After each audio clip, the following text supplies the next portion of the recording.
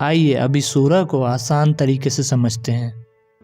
قل هو الله احد یعنی کہہ دو کہ اللہ صرف ایک ہے، نہ اس کا کوئی پارٹنر ہے، نہ کوئی ایکول، نہ کوئی اس کے جیسا، نہ کوئی اس کے برابر ہے۔ اب سوچو ذرا، مکہ والوں کے لیے یہ بات سمجھنا کتنا مشکل تھا۔ وہ تو ہمیشہ سے الگ الگ خداؤں کو مانتے تھے، بارش کے لیے الگ گاڈ، پیسے کے لیے الگ گاڈ، اور ہیلتھ کے لیے بھی الگ گاڈ۔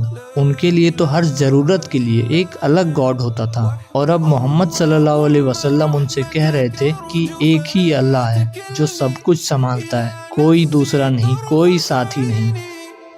یہ میسج ان کے پورے سسٹم کے خلاف تھا، اسی لیے یہ صرف ایک لائن نہیں تھی، یہ ان کے سوچنے کا طریقہ بدل دینے والی بات تھی۔ اللہ الصمد مطلب وہ ایٹرنل ہے، ایبسولوٹ ہے، یعنی اللہ ہی ہے وہ جس کے اوپر سب کچھ ڈیپینڈ کرتا ہے، لیکن وہ خود کسی پر ڈیپینڈ نہیں کرتا۔ وہ سب کچھ دیتا ہے لیکن کبھی مانگتا نہیں، وہ سب کو سنبھالتا ہے لیکن اسے کوئی سنبھالنے والا نہیں ہے۔ اب سمپل ورڈز میں سمجھو، ہم جیسے ایک دوسرے پر ڈیپینڈ کرتے ہیں نا، جیسے انسان، ہوا، پانی، کھانا، ٹائم، ایموشن، سب ایک دوسرے پر ڈیپینڈ کرتے ہیں، چاہے وہ سب سے پاورفل انسان ہی کیوں نہ ہو، اس کی زندگی کسی نہ کسی چیز پر بیسڈ ہی ہوتی ہے۔ لیکن اللہ سبحانہ و تعالیٰ وہ سب سے الگ ہے، نہ اسے کسی چیز کی ضرورت ہے، نہ وہ کسی کا محتاج ہے، اسی لیے اسے الصمد کہا گیا ہے۔ وہ بالکل بے نیاز ہے، سب کچھ اسی سے چل رہا ہے لیکن وہ خود کسی سے نہیں چل رہا۔ اور تھرڈ آیت میں اللہ تعالیٰ کہتے ہیں نا، لم یلد ولم یولد یہ آیت صرف قریش کے لیے نہیں تھی، یہ ہر جنریشن کے لیے ہے، ان کے لیے بھی جو آج بھی کہتے ہیں God came as a human, God has a son. تو اللہ نے اس ایک لائن میں کہہ دیا کہ میں کسی سے پیدا نہیں ہوا اور کوئی مجھ سے پیدا نہیں ہوا۔ اللہ تو وہ ہے جو ہمیشہ تھا اور ہمیشہ رہے گا۔ یہ آیتیں انسان کی سوچ بدل گئی، سب کو سمجھ میں آ گیا کہ رب کوئی انسان نہیں ہے، اس کا کوئی خاندان نہیں، وہ صرف رب ہے، بے حد، بے مثال اور بالکل سب سے الگ۔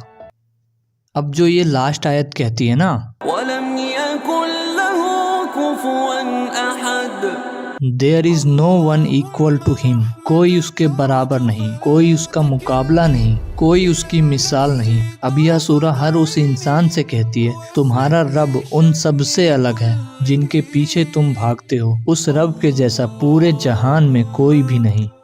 اب ذرا سوچ کے دیکھو، ایک سورہ جس میں صرف 4 آیتیں ہیں، انہی 4 آیتوں میں ہے قرآن کا مین میسج، کیونکہ نبی صلی اللہ علیہ وسلم نے فرمایا سورہ اخلاص ایکول ٹو 1/3 آف دا قرآن۔ لیکن اب سوال یہ ہے کہ آخر کیوں یہ قرآن کے 1/3 کے برابر ہے؟ تو وہ اسی لیے نا کیونکہ قرآن کے 3 میجر تھیمز ہیں۔ پہلا توحید یعنی ونس آف گاڈ، اور دوسرا رسالت یعنی پروفیٹ ہوڈ، تیسرا آخرت یعنی آفٹر لائف۔ تو سورہ اخلاص جو ہے نا وہ پورا پہلا تھیم ڈیفائن کرتی ہے، توحید۔ تو اب اس کا مطلب یہ نہیں ہے کہ ہم باقی قرآن کو پڑھے ہی نہ، بلکہ اس کا مطلب یہ ہے کہ ہمیں اس سورہ اخلاص کو پڑھنے پر قرآن کے 1/3 برابر برکتیں ملیں گی۔ اب سورہ اخلاص میں اللہ تعالیٰ اپنا خود تعارف کرا رہے ہیں کہ آخر میں کون ہوں، وہ نہیں جو انسان سمجھ رہا ہو، بلکہ رب خود کہہ رہا ہے میں ہی ہوں جو سب کچھ چلا رہا ہوں۔ اب یہ سورہ نا ان سب بلیف کا انکار کرتی ہے جو اللہ کو اس کی کریشن کے جیسا سمجھتے ہیں، نہ وہ کسی مورتی کے جیسا ہے، نہ وہ کسی شکل میں ہے، وہ صرف احد ہے، بس ایک اور صرف ایک۔ احد کا مطلب ہوتا ہے جو کبھی ڈیوائیڈ نہیں ہوتا، جو نہ 2 ہو سکتا ہے نہ حصوں میں بانٹا جا سکتا ہے۔ اب یہ سورہ ہمیں ایک ریئلٹی یاد دلاتی ہے کہ ہر ٹائم، ہر حالات میں ہم اسی پر ڈیپینڈ کرتے ہیں۔